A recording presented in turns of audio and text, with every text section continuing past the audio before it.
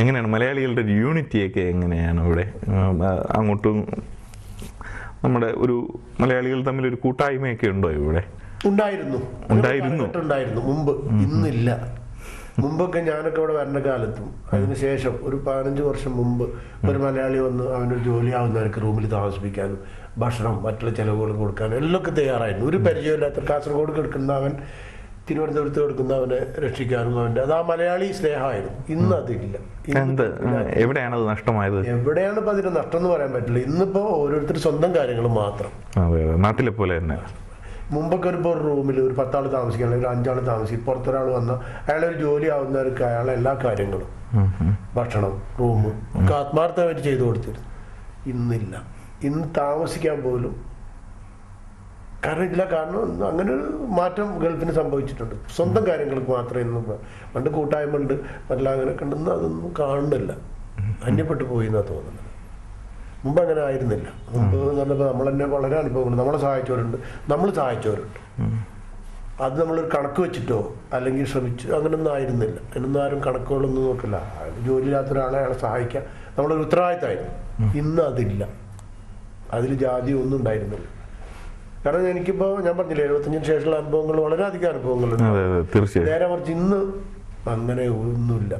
ഒക്കെ സ്വന്തം കാര്യങ്ങൾ. അതിന് ആൾക്കാർക്ക് സമയമുള്ളൂ. അതാണ് ഇന്നത്തെ ഗൾഫിൻ്റെ അവസ്ഥ സത്യം പറഞ്ഞാൽ. അതുപോലെ നമ്മുടെ നാട്ടിൽ നിന്ന് വന്ന ഒരു ആളെന്ന നിലയിൽ ചോദിക്കുകയാണ്. നാട്ടിൽ നിന്ന് ഒരുപാട് നാട്ടുകാരുടെ സ്വപ്നഭൂമിയാണ് നമ്മുടെ ഈ ഗൾഫ് എന്ന് പറയുന്നത്. അപ്പോൾ ഈ അടുത്ത കാലത്ത് ലോകമെങ്ങാനും എമ്പാടും വീശിയടിച്ച സാമ്പത്തിക മാന്ദ്യം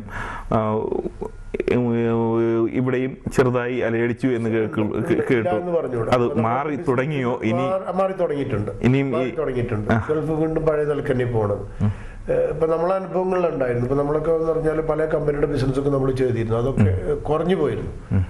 ഇപ്പൊ അതൊക്കെ വീണ്ടും ശരിയായി വന്നിട്ടുണ്ട്. ബിസിനസ്സൊക്കെ ലെവലായിട്ടുണ്ട്. ഇവിടെ ദുബൈക്കുള്ളൊരു മാന്ദ്യമുണ്ട്. അത് സത്യമാണ്. അതൊന്നും പെട്ടെന്നുള്ള ഒരു കരകയറ്റം ആയിട്ടില്ല എന്ന് തോന്നുന്നുണ്ട്. അബുദാബി ലെവലായിട്ടുണ്ട്. ആദ്യമല്ല അബുദാബിക്ക് ആ മാന്ദ്യമൊന്നും അബുദാബിക്ക് ബാധിച്ചിട്ടില്ല. എങ്കിൽ തന്നെ ഉണ്ടായിരുന്നു ചെറിയൊരു മാന്ദ്യം. ഇപ്പം അതൊന്നും കാണുന്നില്ല. പ്രത്യേകിച്ച് ദുബൈക്ക് ആ മാന്ദ്യത ഉണ്ട്. അതിൽ നിന്നും ഇപ്പം അവർ കരക്ക് കയറിയിട്ടുണ്ട് എന്നുള്ളത് തന്നെയാണ്. കാരണം എന്താണെന്ന് വെച്ചാൽ ഇപ്പം നമുക്കൊക്കെ നമ്മളെ പല കമ്പനികളും ഉണ്ടായിരുന്നു. സബ് കോൺട്രാക്റ്റുള്ള പല കമ്പനികൾ. അത് ദുബൈയിലൊന്നും വർക്ക് ഉണ്ടായിരുന്നില്ല അവർക്ക്. ഇപ്പൊക്കെ വീണ്ടും സ്റ്റാർട്ട് ചെയ്തു. എനിക്കാണ് വർക്കുകൾ ദുബൈയിലുണ്ട്. മുമ്പ് ഉണ്ടായിരുന്നില്ല. ഇപ്പോൾ ഈ ഒരു വർഷമായിട്ട് വർക്കുകളൊക്കെ സ്റ്റോപ്പായിരുന്നു. പിന്നെ ദുബൈയിൽ വർക്ക് ചെയ്യുന്ന കാര്യം പേടിയായിരുന്നു. പേയ്മെന്റ് കിട്ടുമോ പേടി. ഇപ്പൊ അതിനൊക്കെ കരകയറ്റം ഉണ്ടായിട്ടുണ്ട്. അബുദാബിയെ കുറിച്ച് തീർച്ചയായിട്ടും അഭ്യസ്തവിദ്യരായിട്ടുള്ള ചെറുപ്പക്കാർക്ക് ഇനിയും സ്വപ്നം കാണാം. അബുദാബിനെ സംബന്ധിച്ചോളുണ്ട്. അതിൽ സംശയമൊന്നുമില്ല. ഇപ്പൊ ഇവിടെയുള്ള അറബികളിൽ തന്നെ ജോലി എടുത്താൽ തന്നെ ഇവിടെ കണ്ടമോൻ കൺസ്ട്രക്ഷൻ കമ്പനികളുണ്ട്, കണ്ടമോൻ വർക്കുകളുണ്ട്, പുതിയ പ്രൊജക്ടുകളുണ്ട്. മനസ്സിലായില്ലേ? ജോലി സാധ്യത കൂടിയിരിക്കുകയാണ്, അല്ലാണ്ട് കുറഞ്ഞിട്ടൊന്നുമില്ല. അവിടെ ജോലി സാധ്യത കൂടിയിരിക്കുന്നു. പക്ഷെ മുമ്പത്തെ പോലെ പാസ്പോർട്ട് പിടിച്ചു പോന്നാ പോരാ. എങ്കിലും ചാൻസ് ഉണ്ട്. പിന്നെ ഇപ്പൊ ഇവര് ഇപ്പൊ തന്നെ പല ബിസിനസ്സിലും പലതിപ്പോ തന്നെ മുമ്പ് ലൈസൻസ് ഇപ്പൊ നമുക്ക് ഇവിടെ വന്നു കഴിഞ്ഞാൽ ഒരു ഷോപ്പ് തുറക്കുക. ഇവിടുത്തെ മുനിസിപ്പാലിറ്റിയിൽ നമ്മൾ അപ്ലൈ ചെയ്ത് സ്ഥാപനം ഉണ്ടായാൽ മതി. റെന്റും ഇതൊക്കെ കൊടുത്തൊക്കെ പേപ്പേഴ്സ് കിട്ടി. ഇന്നത് കുറച്ച് പ്രയാസങ്ങളാണ്. ഇവർ വീണ്ടും അറബികളുടെ പേരിൽ മാത്രം ലൈസൻസ് കൊടുക്കും എന്നൊക്കെ പറയും. മുമ്പൊക്കെ നമുക്കുണ്ട്.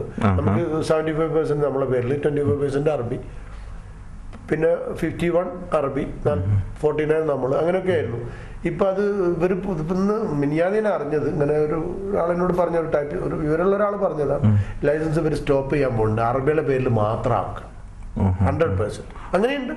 പക്ഷെ നമ്മളൊക്കെ തന്നെ ഇപ്പൊ എനിക്ക് തന്നെ ഇപ്പോ 2 സ്ഥാപനങ്ങൾ 100% അറബിയുടെ പേരിലുണ്ട് എന്ന് വെച്ചിട്ട് അവരൊന്നും അവരുടെ പേരിൽ തന്നെ നമുക്കൊന്നുമില്ല. പക്ഷെ എല്ലാ അധികാരം അവർക്ക് തന്നെയാണെങ്കിലും എല്ലാം കൈകാര്യം ചെയ്യുന്നത് നമ്മളാണ്.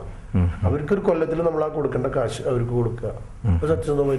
ആത്മാർത്ഥത കാണിച്ചാൽ എവിടെയും അവര് നമ്മൾ പിടിച്ചെടുക്കുന്ന ഷോപ്പ് അവന്റെ എന്ന് പറഞ്ഞ നിയമപരമായിട്ട് അവരുതാണ്. പക്ഷെ ഇന്ന് വരെ അങ്ങനെ സംഭവം തന്നെ അബുദാബിയിൽ ഉണ്ടായിട്ടില്ല എന്റെ അറിവിൽ. ഇത്രയും കാലത്തിൽ എന്റെ സ്ഥാപനമാണ്, ഞാനത് പിടിച്ചെടുക്കുക എന്നുള്ള ഒരു അനുഭവം അറബികളെ സംബന്ധിച്ചിട്ട് ഇവിടെ ഉണ്ടായിട്ടില്ല. സത്യം. എനിക്ക് തന്നെ ഞാൻ പറഞ്ഞല്ലോ, എന്റെ അനുഭവത്തിൽ 2 സ്ഥാപനം 100% അറബികളുടെ പേരിലുണ്ട്. നമുക്ക് അതുകൊണ്ട് ഒരു കോട്ടം ഉണ്ടായിട്ടില്ല. അതിന്റെ പേരിലുള്ള ടെൻഷൻസ് ഒന്നും വേണ്ട. അതിനുള്ള പേപ്പേഴ്സൊക്കെ അവർ നമുക്ക് തരുന്നുണ്ട്. നമ്മൾ എന്ത് ചോദിച്ചാൽ അതിന്റെ പവർ ഓഫ് അറ്റോർണിയോ മറ്റുള്ള കാര്യങ്ങളൊക്കെ അവരെ പറ്റിക്കാൻ ശ്രമിക്കുന്നുണ്ട് ആൾക്കാർ. അതുകൊണ്ട് അവര് നമുക്ക് അധികാരം തന്ന് നമുക്ക് അവരൊരു പവർ ഓഫ് അറ്റോർണി തന്നാൽ അതിൽ ബാങ്ക് അടക്കം തരുന്ന അറബികളുണ്ട്.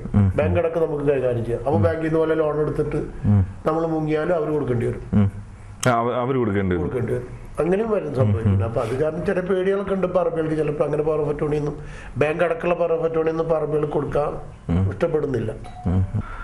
എന്തായിരുന്നാലും ഈ തിരക്കേറിയ സമയത്തും ഞങ്ങളുടെ പ്രേക്ഷകർക്കൊപ്പം ഒരു അരമണിക്കൂർ നീക്കി വെച്ചതിന് ഞാൻ ഒരിക്കൽ കൂടി നന്ദി പറയുന്നു. അതോടൊപ്പം ഇനി മുന്നോട്ടുള്ള വഴികളിൽ കുടുംബത്തിനും ബിസിനസ്സിലും എല്ലാം ഈശ്വരൻ നല്ലത് മാത്രം, നന്മകൾ മാത്രം വരുത്തട്ടെ എന്ന് പ്രാർത്ഥിക്കുന്നു. നന്ദി.